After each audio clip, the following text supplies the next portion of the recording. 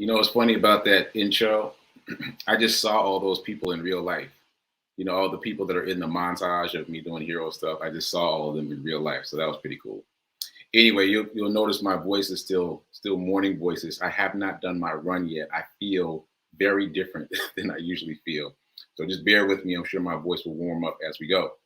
So happy Monday? Say Monday. Today's Monday, right? Yes. Today's Monday. This is the 6th day of December. This is the 51st episode of season 2 of the Be Your Own Hero Show. The Be Your Own Hero Show is my journey of becoming my own hero. Hero is an acronym. It means helping everyone reaps optimism. In other words, helping others helps you. And I'm your host. I'm sekouwrites. I'm a professional creative and the creator of what we're now calling the Hero Ministry Movement. Say that 3 times fast. Anyway, that is my effort to uplift and inspire and empower the unhoused community in a number of different ways, including the charity run, which we'll talk about in a second. Quick disclaimers, I am not a personal trainer, nor am I a financial advisor. So do your own homework, do your own due diligence. Take what I say with a grain of salt until you add your seasoning. All right, so I am here Monday through Friday, 9:45 a.m. Eastern time. I'm currently in Central time, so what's that, 8:45 a.m. Central time, and even earlier Mountain time. I can't do the math right now. I'm still a little fuzzy. All right, so if this show provides any value, please consider making a donation. The information is in the show notes right below. Okay, so a lot of ground to cover. I know people are anxiously awaiting some updates, so let's get into it. Hero Ministry Movement news. Shout out to the folks who are popping up in the chat. Shout out to Tim with the cup of coffee for everybody. Shout out to Margaretta. Shout out to Gladys. Thanks for the hero shout out. Shout out to Nan. All right, thanks for being here, and thanks for everybody watching now and everybody watching on the replay later. Okay, so where do we go first? Let's go to the charity run first. So now we're talking about recap stuff, really. Oh, I forgot to download that. I don't know if I can show it. Anyway, so recapping over the. No, let me do it this way. Let me do it like goal and accomplish, the way I did it on this morning's flyer. So the original goal for my Hero Charity Run was 30 days. See the 30 down there? 30 days. And it wasn't a charity run at the time. It was a personal challenge for my birthday at the time. And then it evolved and it evolved and it evolved and it evolved many times to where it became what it is now. So the original goal was for me to complete 30 miles in 30 days, 1 mile a day. And then it grew exponentially. So to make it brief, the original goal was 30 days. My final goal was 187 consecutive days running. So that's significant. My goal for miles was 500. My final mileage is 522.6 on the 187th day. And the goal for raising money became $5,000, and the final number there is $5,015. So in the overflow in all 3 categories. Yeah, above and beyond in all 3 categories: number of days, number of miles, amount of money raised. Okay. So that said, somebody helped me out. That's 7:45 a.m. Mountain Time for the people who are watching in Mountain Time. By the way, New Thought Media Network is based in Mountain Time. It's run out of Denver, Colorado. So shout out to all my Mountain Time folks. Okay, so circling back to the numbers again: 30, 187, 500, 522, and 5,515. So there's some messy math there, because again, it was not my original vision to say I'm going to run 500 miles to raise $5,000 for 5 different nonprofits. That evolved over the course of 6 months. So the math is a little bit messy and it's difficult for me to follow. So I know it's going to be difficult for you to follow, but I just want to say it out loud at least once, just for the sake of integrity. So In the month of July, people started donating to what at the time was still a fitness challenge for me. And I was like, oh, I should give this money to some nonprofits. So at the end of the month of July, I donated about $1,000 that I'd raised at the time to 7 different nonprofits, all of which work with the unhoused community in 4 different cities. So that's what I'm calling phase 1. And then it evolved again. And so from August to December, I created a website on the Pledge It platform. It's kind of like GoFundMe. So I created a campaign there and people donated there. And we raised an additional $4,015 added to the original $1,000. So that's $5,000, 15. So this amount of money, this $4,015, is going to be divided evenly now amongst 5 nonprofits, what I'm calling the Fabulous 5. 4 of them were already included in the previous disbursement, and 1 of them is new. So they'll each get around $800 or so. That's 4,015 divided by 5. I know it's confusing, but that's because, like I said, the goal kept evolving and evolving and evolving. But so that's where it is now. I've been looking at the website this morning, the Pledge It website, and it doesn't take a cut. There are some credit card fees that have to be deducted. But yeah, I think that's it. It takes a few days also to reconcile itself and disperse the funds. But then once the funds are dispersed, then I'll just send them directly to the 5 different nonprofits, and I'll keep you posted on that. And yeah, then that will have been a grand total of a little over $5,000 for actually, now that I think about it, 8 nonprofits. 8 nonprofits total have received a donation. 8 nonprofits total will have received a donation from this effort. Yes, right. So just trying to get it clear. So that is the Hero Charity Run. It has concluded as of Saturday. I'm still running. I haven't run today, but I did run yesterday, and I'm going to run today. And so 187 days, 522.6 miles, and $5,015. I know that was confusing, but I just wanted to explain it at least once before I go back to the simple numbers that are easy to follow. Okay, so that's where we are. I'm very excited to have done it. I learned so many lessons for myself, and I unwittingly inspired people. I mean, some people told me they were inspired, but many others I had no idea. It just happened upon the information. I'll just tell one really quick story, because today is going to be full of stories. So at Thanksgiving, my cousin got up to get a second plate of food.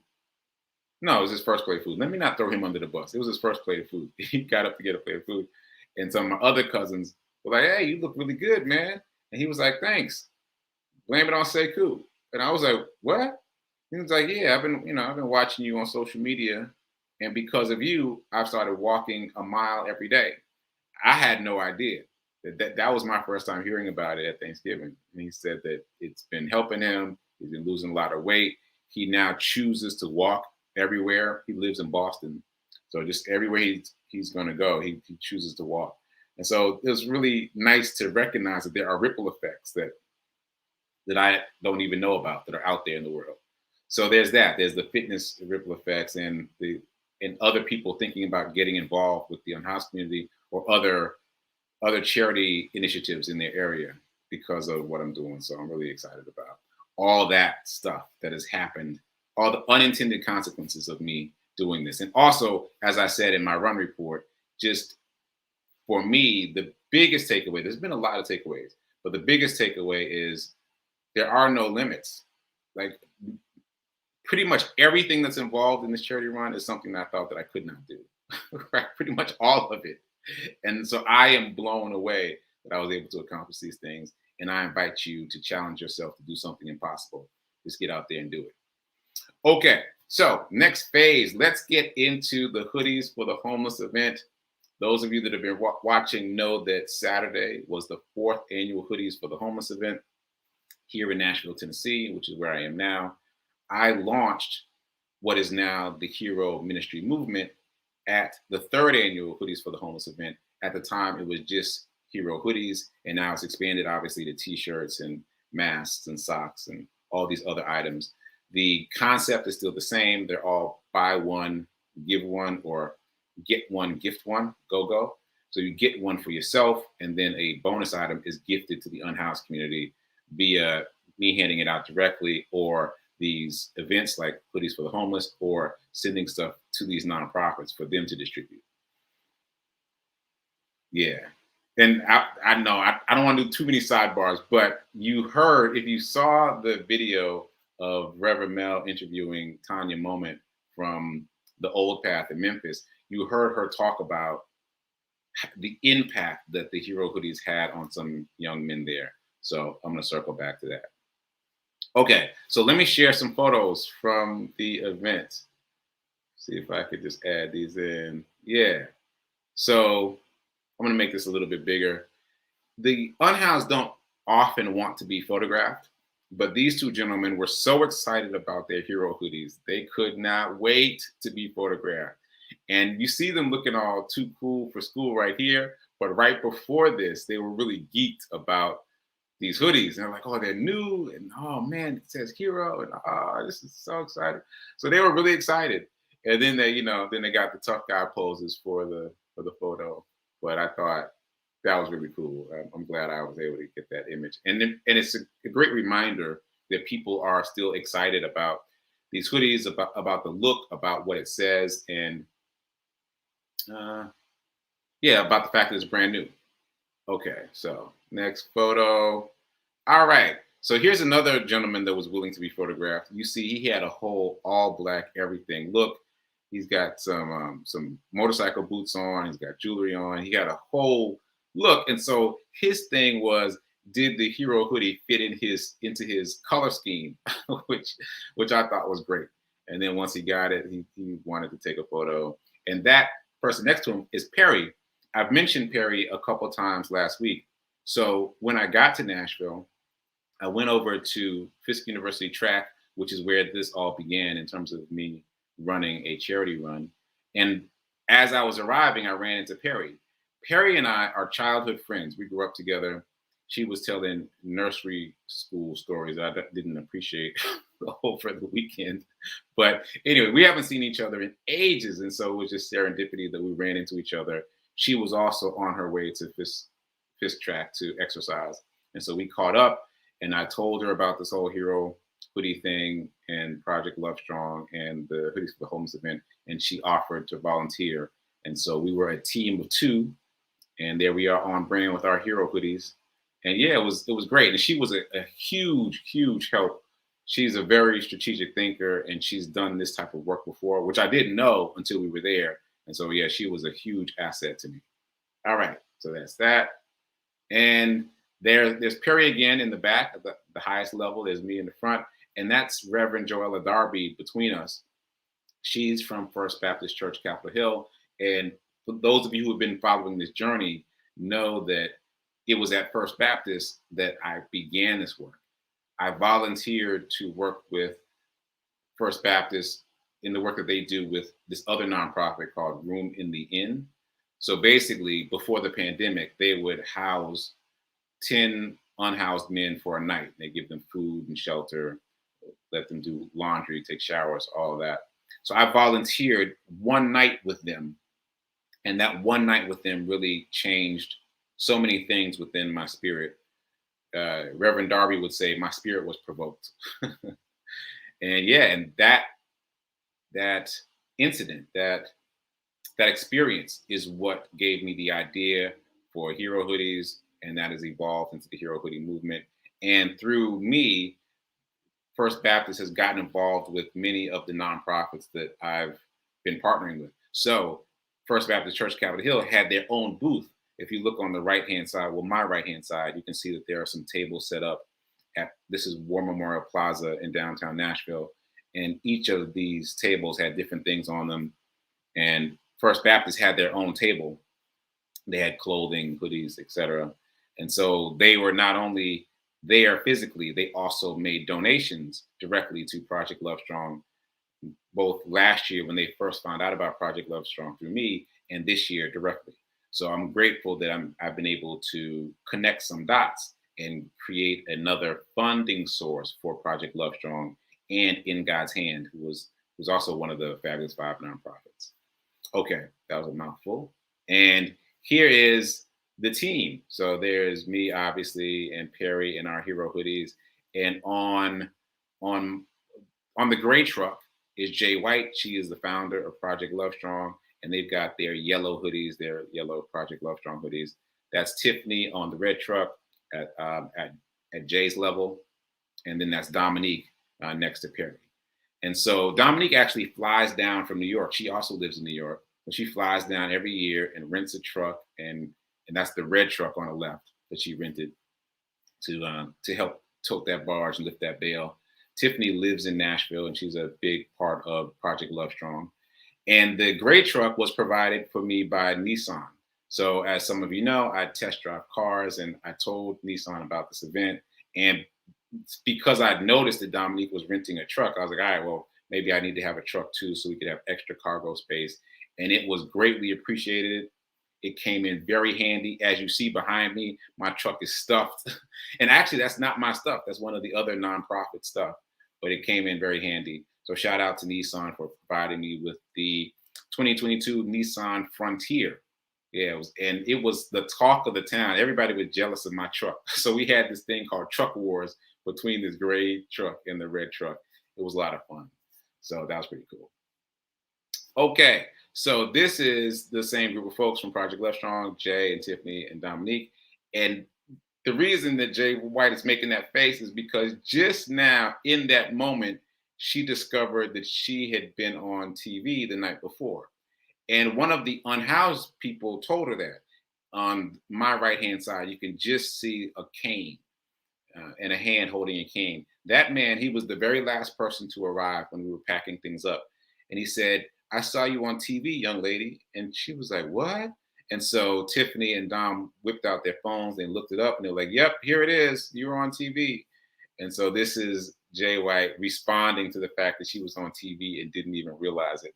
So that was pretty cool. And it's also great that that confirmation came from someone who's unhoused, who happened to see it. And so he heard about it and came to War Memorial Plaza because of it. And also, just so you know, we opened our trucks back up and we gave him everything that he needed and wanted.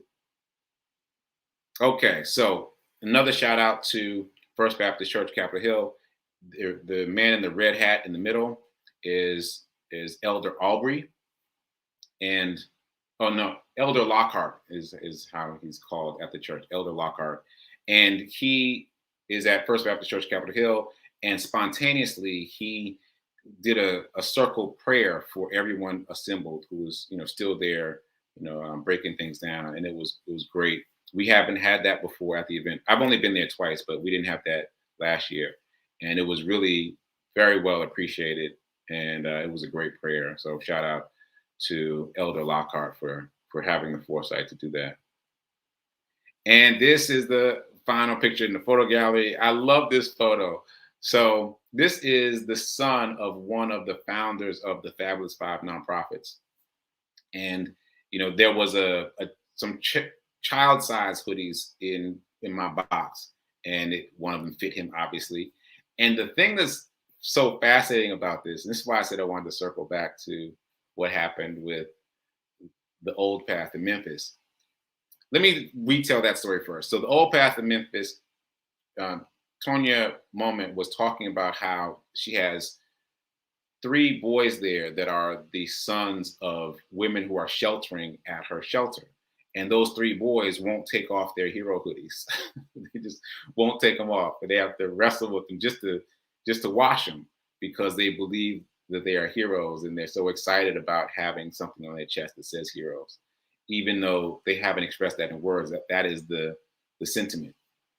So same thing with this boy here. As soon as he put this hero hoodie on, he started like carrying stuff. Like, you see that white bag behind him? Like, it's bigger than he is, but he was carrying it all by himself, and he was lifting it over his head, and he was jumping over things, and he was climbing on things. Like, he became a hero in his mind as soon as he put that hoodie on. And one of his siblings was like, yo, I need to get one of those. I need a hero hoodie. And it's so fascinating how much of an impact just a word can have on someone's psyche, have on how they feel, can impress upon them. And so the great news is that not only is that happening for children, but presumably it's happening for the unhoused, the ones that are taking these hero items to wear out there in the world. Presumably it's making them feel like heroes, and also people that interact with them are treating them as heroes, hopefully. So I have a story about that, but first let me just reset the room. For those of you joining us now, a little after 10 o'clock, yes, the show has been extended. We start at 9:45 a.m. Eastern time now, 7:45 a.m. Mountain, 8:45 a.m. Central. So watch the replay if you missed anything. So my story about that from just now is, I think it was yesterday, I went to a place called Turnip Truck. It's a grocery store here, to get a after run smoothie. And the woman who was helping me said, "What can I help you with, Mr. Hero?" But just because she was reading my shirt. And so that was pretty funny. And then while she was making my smoothie, she says, "So what are you a hero of?" And so I started telling her about all these things, and her mouth fell open and she was really shocked. She's actually doing a walk streak, and she's done 120 days. So she was blown away by my run streak of 187 days. And so she connected with it. And so the point is that because I was wearing something that said hero, she interacted with me around that. And my hope and belief is that the unhoused are having that same experience out there in the world. That sometimes people see them and are saying, "Hey, Mr. Hero, hey, Miss Hero," and they're addressing them by that word and giving them some extra confidence and upliftment. So hopefully that's what's happening. Okay, so I think that's it. I mean, that's not nearly everything. That's not nearly everything. There's so many things happened on Saturday that it's hard to pick and choose. Yeah, it's hard to pick and choose. So I will do the next section, and then that'll bring me to another story. So next section, I will typically talk about backpack drop stories. And I've mentioned before that I did not bring my backpack down with me. And I also mentioned before that a couple days ago, I instinctively reached in the back of the truck to donate to someone, to give something to somebody unhoused who was in need, and there was nothing there. Well, now my truck is full of stuff. Remember I said that the back of the truck was full of stuff from one of the other nonprofits? That was from In God's Hand. So it's snacks and waters and all kinds of things. And so I've given some of that stuff back to In God's Hand, but I've kept some of it. And so I've been able to make truck drops. So as I see people who seem to be in need, I ask them if they want something, and I've got plenty of things for them. And so I've been able to do about 4 truck drops so far. I need to write those down. But the one that is most memorable to me is this one. So at the Hoodies for the Homeless event, a guy comes up and he looks at me for a second. He says, "You a hero?" And I was like, "Well, I'm trying to be my own hero." And he says, "When was the last time you saw Batman?" I was like, "Okay. All right, last week. I saw him last week. He's been busy since then." And he was like, "Well, when's the next time you're seeing Superman?" I was like, I don't think I'm gonna see Superman for a while. He's pretty busy." Then he was like, "What about Beltman?" And I said, "What? Beltman?" He's like, "Yeah, Beltman." I was like, I don't know Beltman." He's like, "Well, I need Beltman because I need a belt." I thought that was pretty funny, right? So he made an impression. We looked around for belts. We couldn't find him one. We looked at our booth and some other booths. We couldn't find him a belt. He had something, but he wanted something more permanent. So anyway, the event's wrapped. Everyone's gone their separate ways. Perry and I broke bread somewhere, and then we've gone our separate ways. And after all that's over, I'm driving around town, and I see him.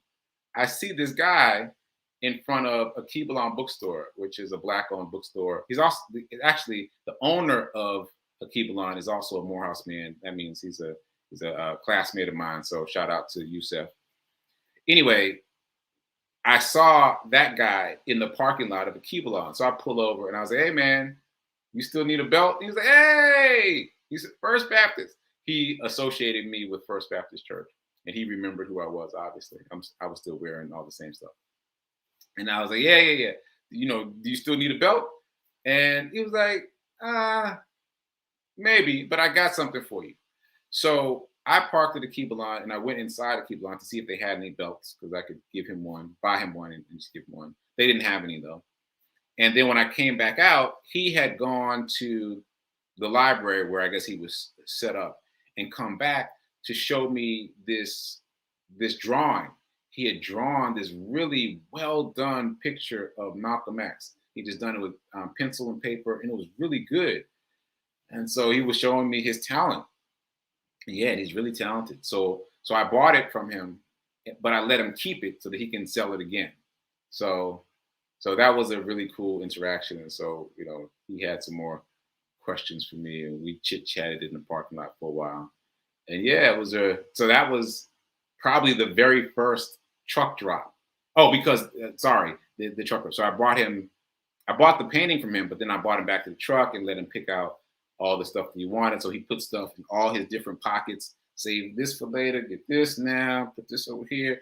So he filled up all his pockets and he was very appreciative and he went on his way. And so that was the very first truck drop of about 4 now. So yeah, that's been pretty cool. Okay, so I pretty much run out my time, but I just wanted to close with a little bit about money because I want to always talk about prosperity and abundance and mindset. So over the weekend, I noticed that some of the stocks we've talked about. Remember we talked about FANG, FAANG. That's an acronym for Facebook, which is no longer Facebook, is now Meta. So it's really MANG, but Facebook, Apple, Amazon, Netflix, Google. So those are growth stocks that do not pay a dividend, but tend to go up and up and up and appreciate in value. So I noticed that Meta, previously Facebook, and Netflix are both down. And I Googled it, and I looked up the articles about why they're down, and basically because they didn't hit their earnings goal for the third quarter, or the most recent quarter. And I'm like, okay, but still, it's Facebook, it's Meta, and it's Netflix. They're still going to win. And so I did what's called buying the dip. Buying the dip means that you buy it while it's down because you assume it's going to go back up. So if you have faith in the stock, then you buy it when it goes down. You consider it to be on sale and you buy more of it. So I just bought a little bit, like literally like $1 here and $1 on each, just to bring my average cost per share down and to buy the dip so that when it goes back up, I could take advantage of it. So that is a concept you should be familiar with. Once again, it's called buying the dip. Google that, check it out. Also check out Netflix and Facebook, Netflix and Meta right now, because they're both on sale. And stay tuned for prayer time.